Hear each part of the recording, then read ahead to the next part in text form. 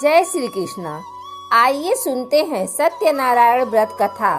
सत्यनारायण व्रत कथा का पूरा संदर्भ यह है कि पूर्व काल में शौनकादि ऋषि नैमिषारण्य राज्य स्थित महर्षि सूत के आश्रम पर पहुँचे।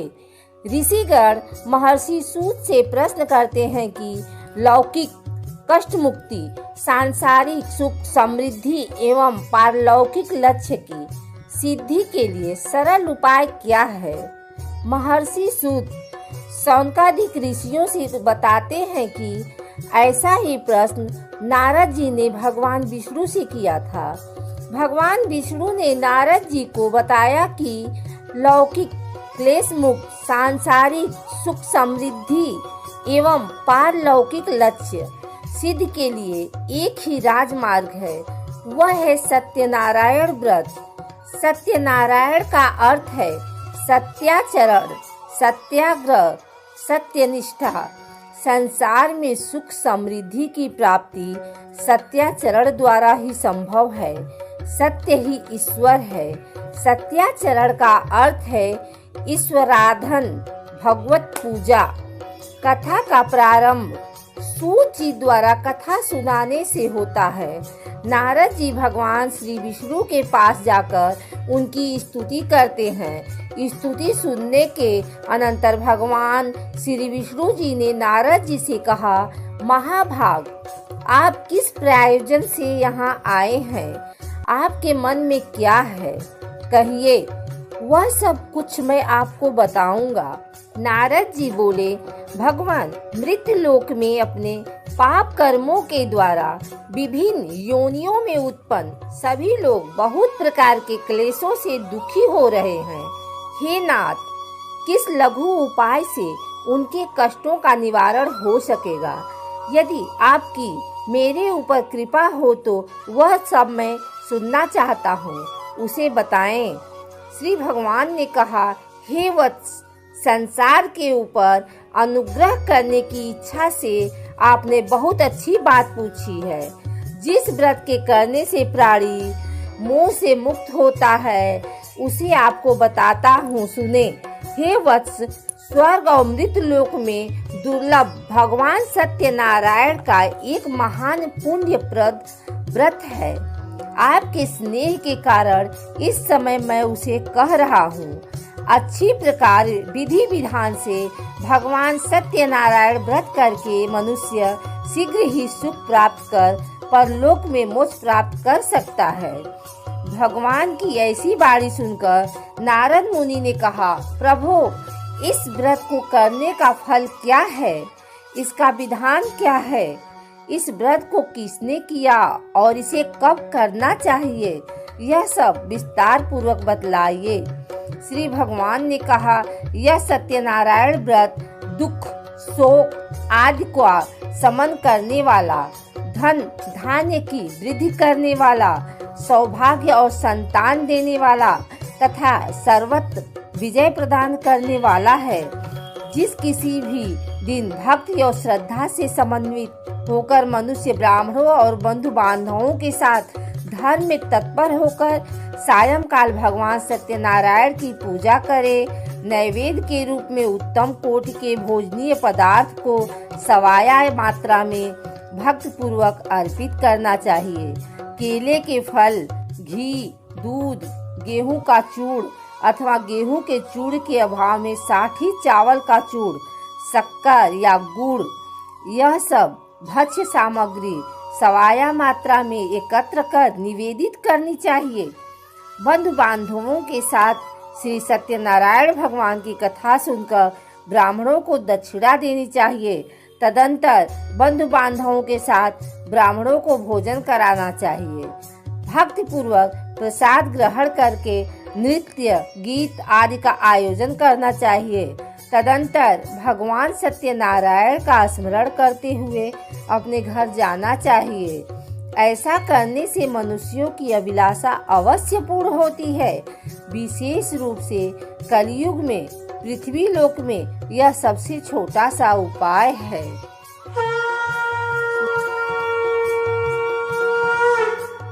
दूसरा अध्याय प्रारंभ।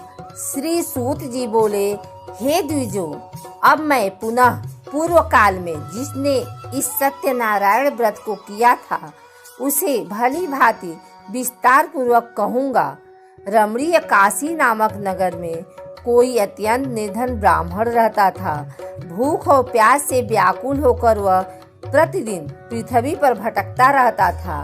ब्राह्मण प्रिय भगवान ने उस दुखी ब्राह्मण को देखकर वृद्ध ब्राह्मण का रूप धारण करके उस द्विज से आदर पूर्वक पूछा, हे विप्र, प्रतिदिन अत्यंत दुखी होकर तुम किस लिए पृथ्वी पर भ्रमण करते रहते हो? हे द्विज श्रेष्ठ, यह सब बतलाओ, मैं सुनना चाहता हूँ। ब्राह्मण बोला, प्रभु, मैं अत्यंत दरिद्र ब्राह्मण हूँ और भिक्षा के लिए ही पृथ्वी पर घूमा करता हूँ। यदि मेरी इस दरिद्रता को दूर करने का आप कोई उपाय जानते हो तो कृपा करके मुझे बतलाइए। वृद्ध ब्राह्मण बोला, हे ब्राह्मण देव, सत्यनारायण भगवान विष्णु अभिष्ट फल को देने वाले हैं। हे विप्र, तुम उनका उत्तम व्रत करो, जिसे करने से मनुष्य सभी दुखों से मुक्त हो जाता है। व्रत के विधान को भी ब्राह्मण से यत्न पूर्वक कहकर वृद्ध ब्राह्मण रूपधारी भगवान विष्णु वहीं पर अंतर ध्यान हो गए। वृद्ध ब्राह्मण ने जैसा कहा है उस व्रत को अच्छी प्रकार से वैसे ही करूँगा। यह सोचते हुए उस ब्राह्मण को रात में नींद नहीं आई। अगले दिन प्रातः काल उठकर सत्यनारायण का व्रत करूँगा, ऐसा संकल्प करके वह ब्राह्मण भिक्षा के लिए चल पड़ा। उस दिन ब्राह्मण को भिक्षा में बहुत सा धन प्राप्त हुआ। उसी धन से उसने बंधु बांधवों के साथ भगवान सत्यनारायण का व्रत किया। इस व्रत के प्रभाव से वह श्रेष्ठ ब्राह्मण सभी दुखों से मुक्त होकर समस्त संपत्तियों से संपन्न हो गया। उस दिन से लेकर प्रत्येक महीने उसने यह व्रत किया। इस प्रकार भगवान सत्यनारायण के इस व्रत को करके वह श्रेष्ठ ब्राह्मण सभी पापों से मुक्त हो गया और उसने दुर्लभ मोक्ष पद को प्राप्त किया।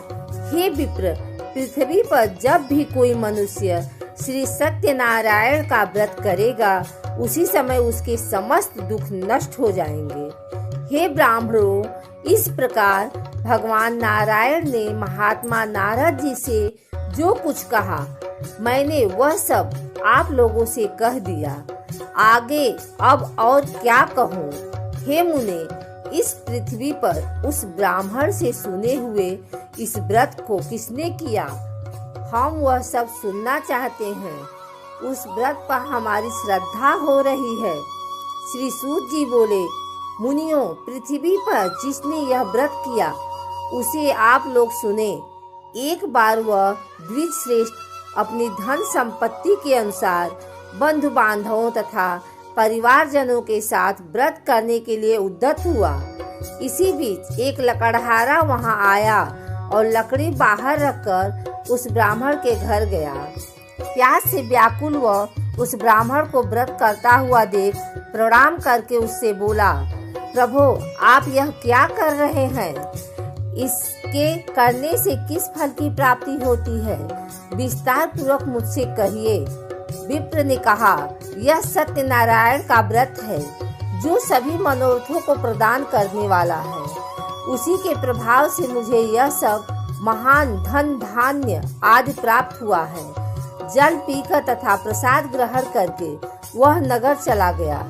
सत्यनारायण देव के लिए मन से ऐसा सोचने लगा कि आज लकड़ी बेचने से जो धन प्राप्त होगा उसी धन से भगवान सत्यनारायण का श्रेष्ठ व्रत करूंगा। इस प्रकार मन से चिंतन करता हुआ लकड़ी को मस्तक पर रखकर उस सुंदर नगर में गया जहां धन संपन्न लोग रहते थे। उस दिन उसने लकड़ी का 2 गुना मूल्य प्राप्त किया।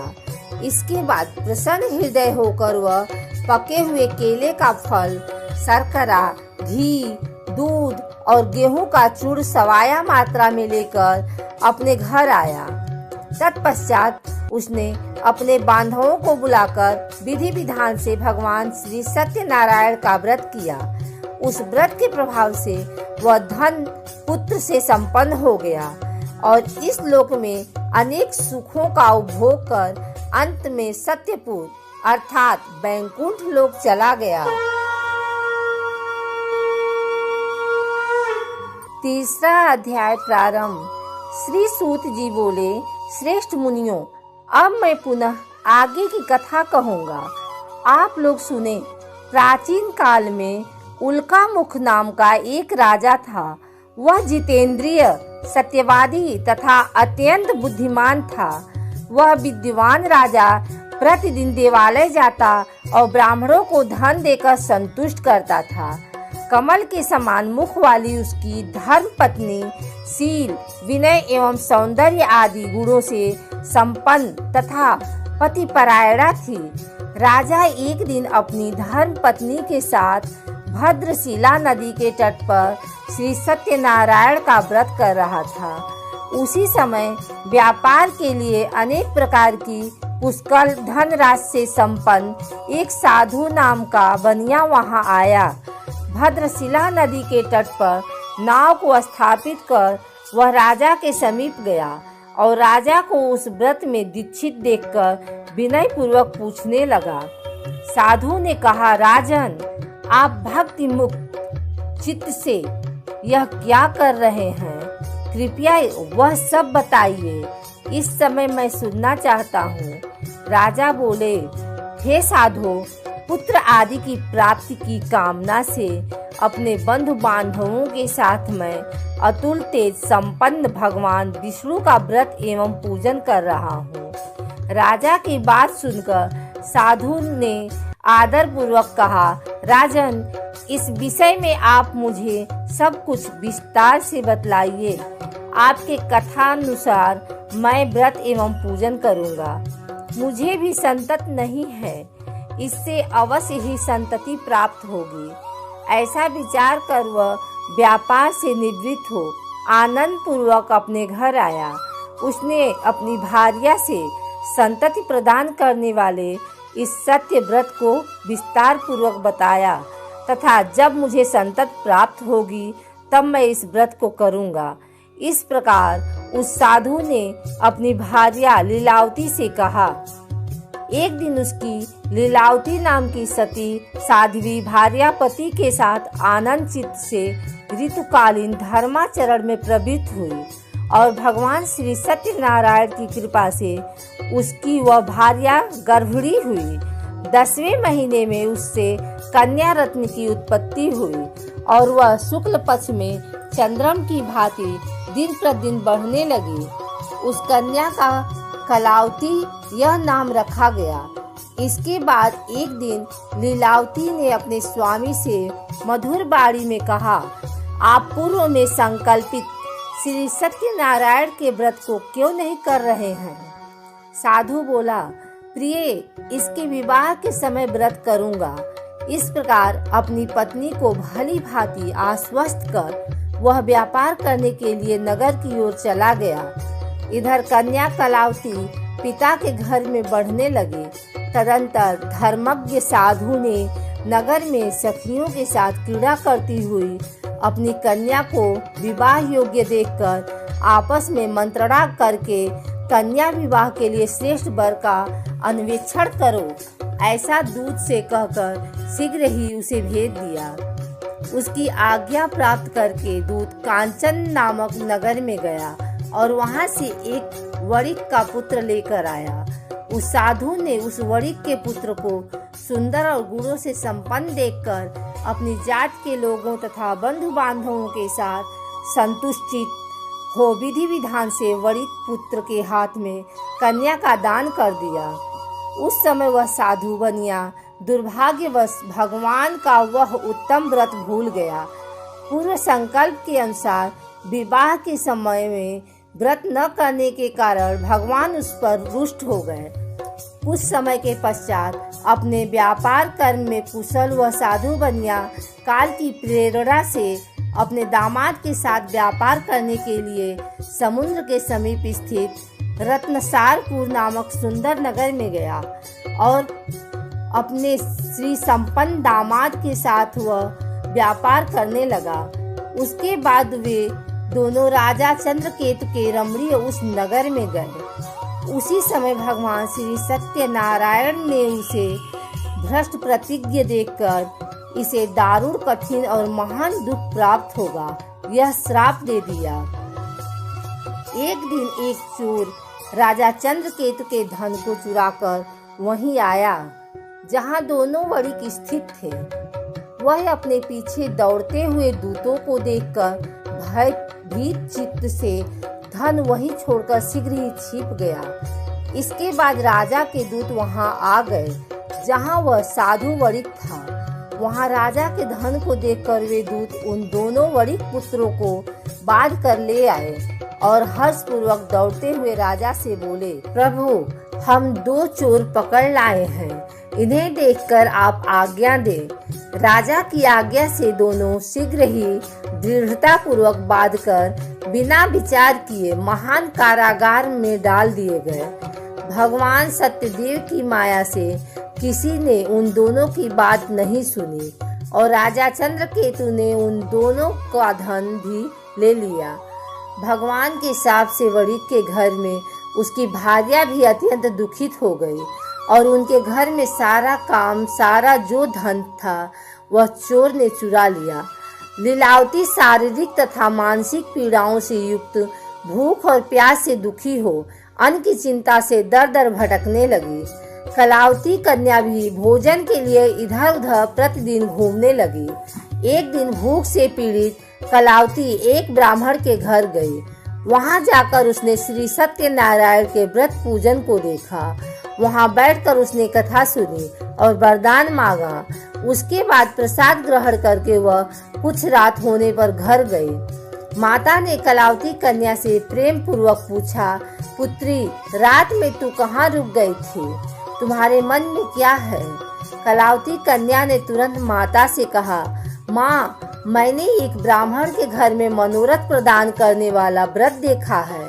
कन्या की उस बात को सुनकर वह वणिक की भार्या व्रत करने को उद्धत हुई और प्रसन्न मन से उस साध्वी ने बंधु बांधवों के साथ भगवान श्री सत्यनारायण का व्रत किया तथा इस प्रकार प्रार्थना की, भगवान आप हमारे पति एवं जमाता के अपराध को क्षमा करें। वे दोनों अपने घर शीघ्र आ जाएं। इस व्रत से भगवान सत्यनारायण पुनः संतुष्ट हो गए तथा उन्होंने नृप श्रेष्ठ चंद्रकेतु को स्वप्न दिखाया और स्वप्न में कहा, नृप श्रेष्ठ प्रातः काल दोनों वणिकों को छोड़ दो और वह सारा धन भी दे दो जो तुमने उनसे इस समय ले लिया है, अन्यथा राज्य धन एवं पुत्र सहित तुम्हारा सर्वनाश कर दूंगा। राजा से स्वप्न में ऐसा कहकर भगवान सत्यनारायण अंतर्ध्यान हो गए। इसके बाद प्रातः का राजा ने अपने सभासदों के साथ सभा में बैठकर अपना स्वप्न लोगों को बताया और कहा, दोनों बंदी वणिक पुत्रों को शीघ्र ही मुक्त कर दो। राजा की ऐसी बात सुनकर वे राजपुरुष दोनों महाजनों को बंधन मुक्त करके राजा के सामने लाकर विनय पूर्वक बोले, महाराज बेड़ी बंधन से मुक्त करके दोनों वणिक पुत्र लाए गए हैं। इसके बाद दोनों महाजन नृप श्रेष्ठ चंद्रकेतु को प्रणाम करके अपने पूर्व वृतांत का स्मरण करते हुए भय विह्वल हो गए और कुछ बोल न सके। राजा ने वणिक पुत्रों को देखकर आदर पूर्वक कहा, आप लोगों को प्रारब्धवश यह महान दुख प्राप्त हुआ है। इस समय अब कोई भय नहीं है। ऐसा कहकर उनकी बेड़ी खुलवाकर क्षौर कर्म आदि करवाया। राजा ने वस्त्र अलंकार देकर उन दोनों वणिक पुत्रों को संतुष्ट किया तथा सामने बुलाकर बाड़ी द्वारा अत्यधिक आनंदित किया। पहले जो धन लिया था उसे दूना करके दिया। उसके बाद राजा ने पुनः उनसे कहा, साधो अब आप अपने घर को जाएं। राजा को प्रणाम करके आपकी कृपा से हम जा रहे हैं। ऐसा कहकर उन दोनों महावैश्यों ने अपने घर की ओर प्रस्थान किया।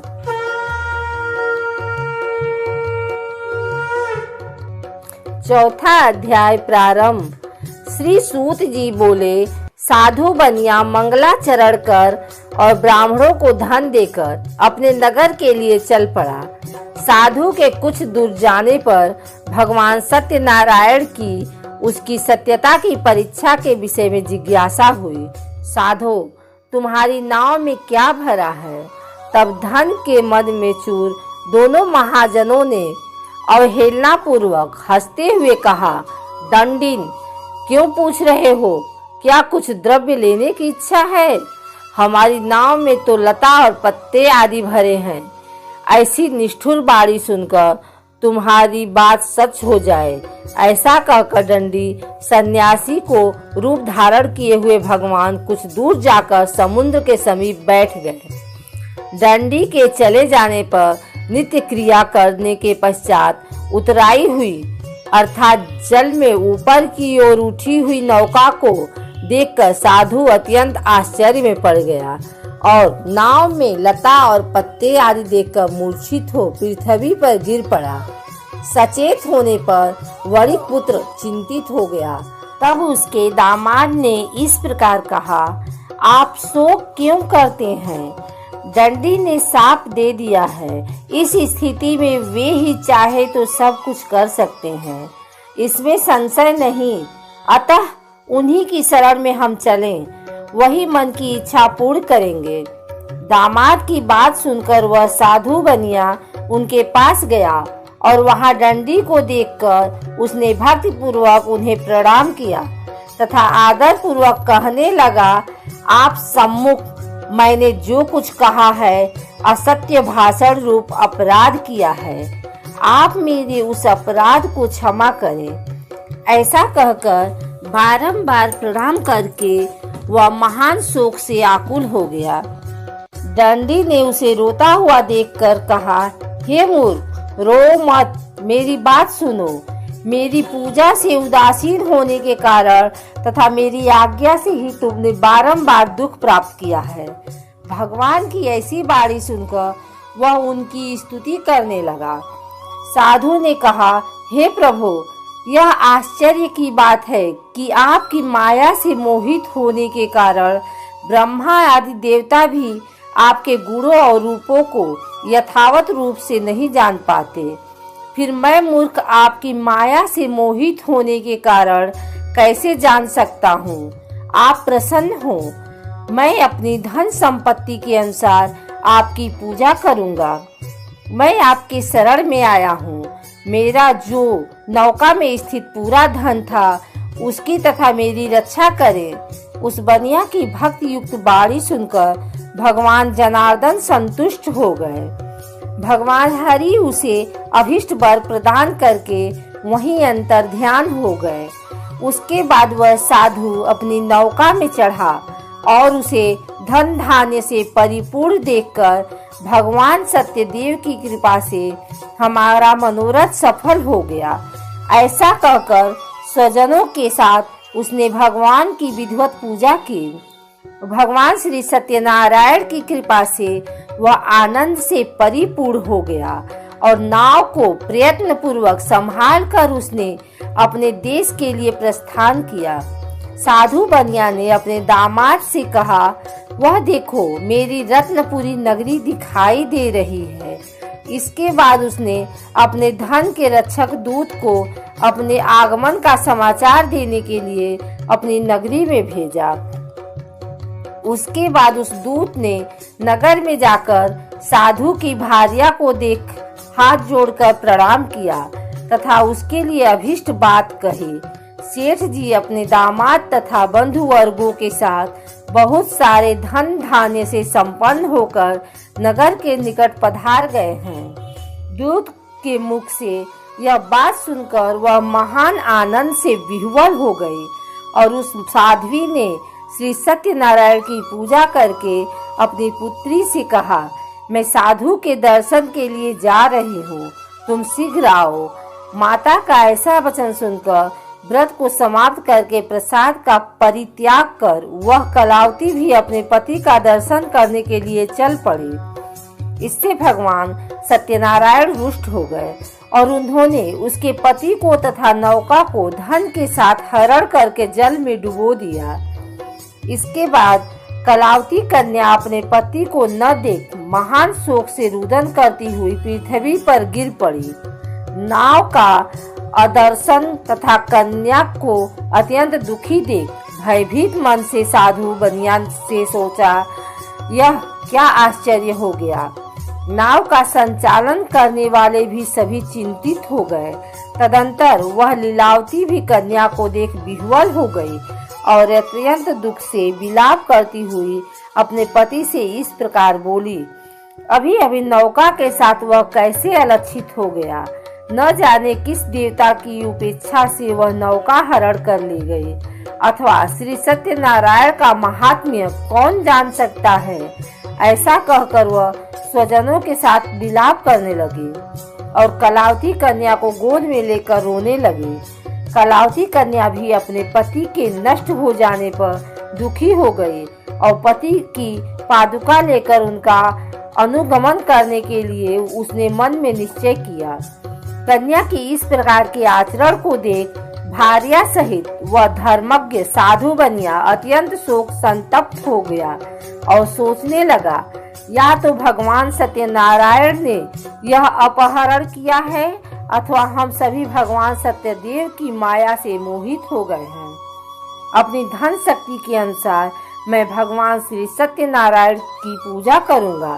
सभी को बुलाकर इस प्रकार कहकर उसने अपने मन की इच्छा प्रकट की और बारंबार भगवान सत्यदेव को दंडवत प्रणाम किया। इससे दीनों के परिपालक भगवान सत्यदेव प्रसन्न हो गए। भक्त वत्सल भगवान ने कृपा पूर्वक कहा, तुम्हारी कन्या प्रसाद छोड़कर अपने पति को देखने चली आई है। निश्चय ही इसी कारण उसका पति अदृश्य हो गया है। यदि घर जाकर प्रसाद ग्रहण करके वह पुनः आए तो हे साधु बनिया, तुम्हारी पुत्री पति को प्राप्त करेगी, इसमें संशय नहीं है। कन्या कलावती भी आकाश मंडल से ऐसी बाणी सुनकर शीघ्र ही घर गई और उसने प्रसाद ग्रहण किया। पुनः आकर स्वजनों तथा अपने पति को देखा तथा कलावती कन्या ने अपने पिता से कहा, अब तो घर चलें, विलंब क्यों कर रहे हैं। कन्या की वह बात सुनकर वणिक पुत्र संतुष्ट हो गया और विधि विधान से भगवान सत्यनारायण का पूजन करके धन तथा बंधु बांधवों के साथ अपने घर गया। तदंतर पूर्णिमा तथा संक्रांति पर्वों पर भगवान सत्यनारायण का पूजन करते हुए इस लोक में सुख भोग कर अंत में वह सत्यपुर वैकुंठ लोक चला गया। 5वां अध्याय प्रारंभ। श्री सूत जी बोले, श्रेष्ठ मुनियों, अब इसके बाद मैं दूसरी कथा कहूँगा, आप लोग सुने। अपनी प्रजा का पालन करने में तत्पर तुंगध्वज नाम का एक राजा था। उसने सत्यदेव के प्रसाद का परित्याग करके दुख प्राप्त किया। एक बार वह वन में जाकर और वहां बहुत से पशुओं को मारकर वट वृक्ष के नीचे आया। वहां उसने देखा कि गोपगण बंधु बांधवों के साथ संतुष्ट होकर भक्ति पूर्वक भगवान सत्यदेव की पूजा कर रहे हैं। राजा यह देखकर भी अहंकार बस न तो वहां गया और न उसे भगवान सत्यनारायण को प्रणाम ही किया। पूजन के बाद सभी गोपगण भगवान का प्रसाद राजा के समीप रखकर वहां से लौट आए और इच्छा अनुसार उन सभी ने भगवान का प्रसाद ग्रहण किया। इधर राजा को प्रसाद का परित्याग करने से बहुत दुख हुआ। उसका संपूर्ण धन धान्य एवं सभी 100 पुत्र नष्ट हो गए। राजा ने मन में यह निश्चय किया कि अवश्य ही भगवान सत्यनारायण ने हमारा नाश कर दिया है, इसलिए मुझे वहां जाना चाहिए जहां श्री सत्यनारायण का पूजन हो रहा था। ऐसा मन में निश्चय करके वह राजा गोपगणों के समीप गया और उसने गोपगणों के साथ भक्ति श्रद्धा से युक्त होकर विधि पूर्वक भगवान सत्यदेव की पूजा की। भगवान सत्यदेव की कृपा से वह पुनः धन और पुत्रों से संपन्न हो गया। तथा इस लोक में सभी सुखों का उपभोग कर अंत में सत्यपुर वैकुंठ लोक को प्राप्त हुआ। श्री सूत जी कहते हैं, जो व्यक्ति इस परम दुर्लभ श्री सत्यनारायण के व्रत को करता है और पुण्यमयी तथा फल प्रदायिनी भगवान की कथा को भक्ति युक्त होकर सुनता है, उसे भगवान सत्यनारायण की कृपा से धन धान्य आदि की प्राप्ति होती है। दरिद्र धनवान हो जाता है, बंधन में पड़ा हुआ बंधन से मुक्त हो जाता है, डरा हुआ व्यक्ति भय मुक्त हो जाता है। यह सत्य बात है, इसमें संशय नहीं। इस लोक में वह सभी इच्छित फलों का भोग प्राप्त करके अंत में सत्यपुर वैकुंठ लोक को जाता है। हे ब्राह्मणों, इस प्रकार मैंने आप लोगों से भगवान सत्यनारायण के व्रत को कहा, जिसे करके मनुष्य सभी दुखों से मुक्त हो जाता है। कलयुग में तो भगवान सत्यदेव की पूजा विशेष फल प्रदान करने वाली है। भगवान विष्णु को ही कुछ लोग काल, कुछ लोग सत्य, कोई ईश और कोई सत्यमेव। जो व्यक्ति नित्य भगवान सत्यनारायण की इस व्रत कथा को पढ़ता है, सुनता है, भगवान सत्यनारायण की कृपा से उसके सभी पाप नष्ट हो जाते हैं। हे मुनीश्वरों, पूर्व काल में जिन लोगों ने भगवान सत्यनारायण का व्रत किया था, उसके अगले जन्म का वृतांत कहता हूँ, आप लोग सुने। महान प्रज्ञा संपन्न सतानंद नाम के ब्राह्मण सत्यनारायण व्रत करने के प्रभाव से दूसरे जन्म में सुदामा नामक ब्राह्मण हुए और उस जन्म में भगवान श्री कृष्ण का ध्यान करके उन्होंने मोक्ष प्राप्त किया। लकड़हारा भिल्लू गुहों का राजा हुआ और अगले जन्म में उसने भगवान श्री राम की सेवा करके मोक्ष प्राप्त किया। महाराज उल्कामुख दूसरे जन्म में राजा दशरथ हुए, जिन्होंने श्री रंगनाथ जी की पूजा करके अंत में वैकुंठ प्राप्त किया। इसी प्रकार धार्मिक और सत्यव्रती साधु पिछले जन्म के सत्य व्रत के प्रभाव से दूसरे जन्म में मोरध्वज नामक राजा हुआ। उसने आरे से चीरकर अपने पुत्र की आधी देह भगवान विष्णु को अर्पित कर मोक्ष प्राप्त किया। महाराजा तुगध्वज जन्मांतर में स्वयंभू मनु और भगवत संबंधी संपूर्ण कार्यों का अनुष्ठान करके वैकुंठ लोक को प्राप्त हुए। जो गोपगण थे वे सब जन्मांतर में ब्रजमंडल में निवास करने वाले गोप हुए और सभी राक्षसों का संहार करके उन्होंने भगवान का शाश्वत धाम गोलोक प्राप्त किया। इस प्रकार श्री स्कंद पुराण के अंतर्गत रीवा खंड में श्री सत्यनारायण व्रत कथा का यह 5वां अध्याय पूर्ण हुआ।